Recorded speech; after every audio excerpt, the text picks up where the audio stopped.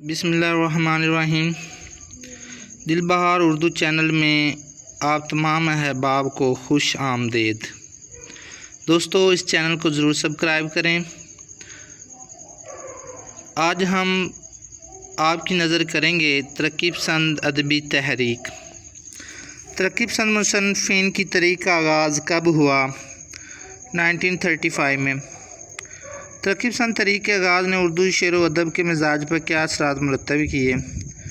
सियासत इसकी घुट्टी में शामिल थी। कौमी शऊर बुलंद हुआ। उर्दू शेर व अदब के मिजाज में रादी या गैर रादी तौर पर सियासी व मुशर्रती अफ़कार शेरी तर्ज में भरपूर तौर पर सामने आने लगे।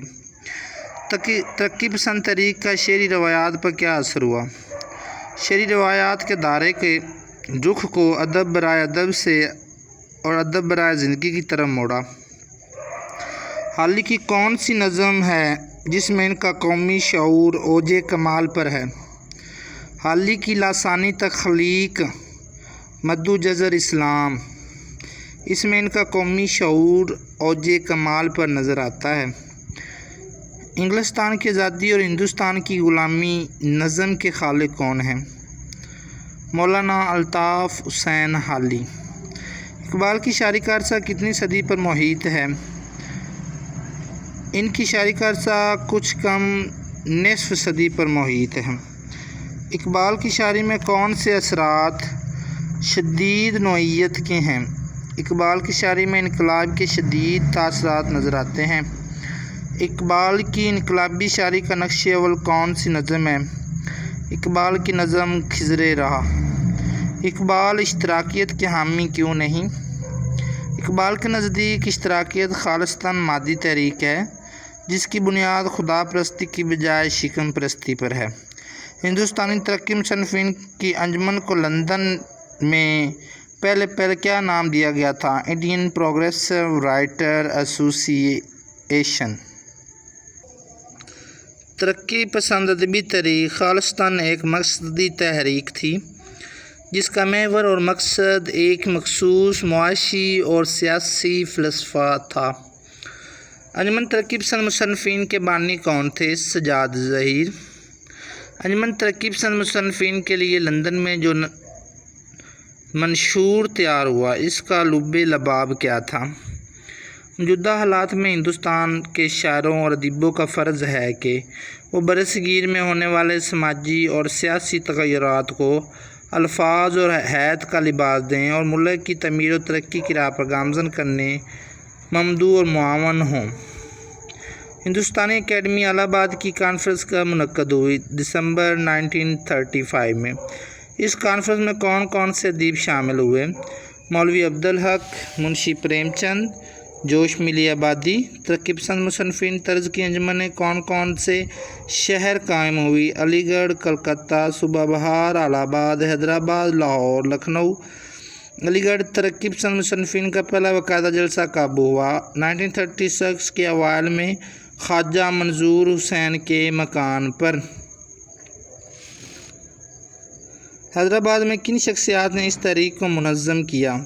हैदराबाद में सबत हसन और काजी अब्दुल गफ़ार ने इस तहरीक को मुनज़्ज़म किया।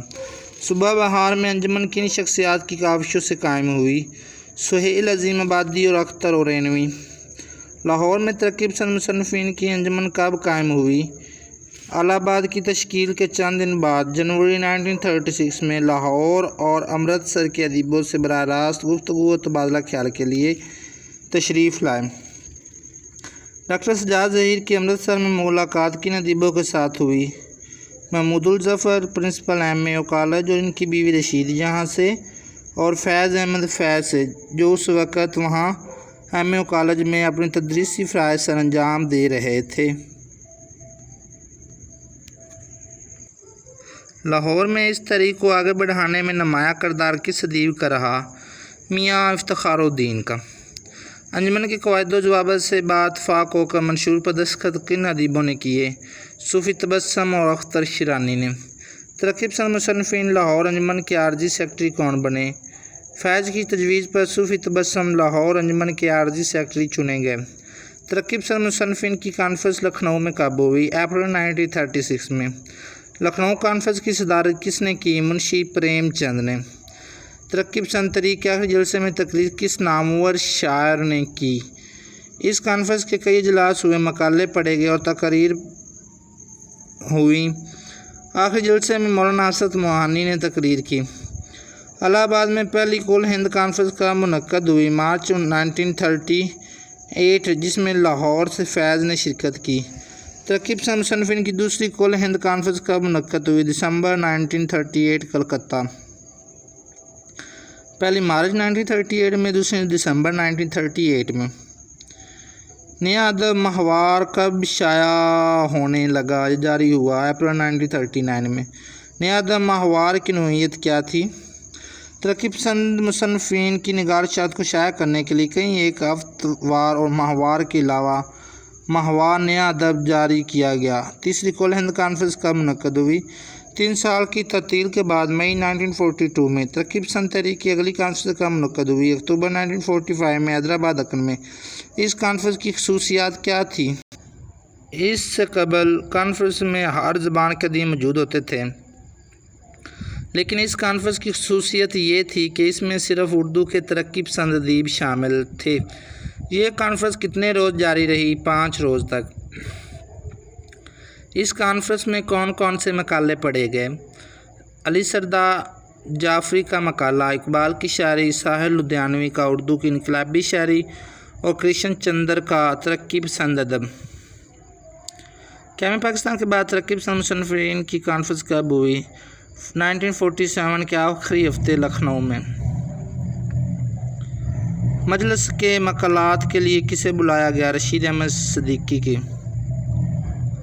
ترقی پسند تحریک کا باقاعدہ دفتر کس شہر بنایا گیا؟ بمبئی۔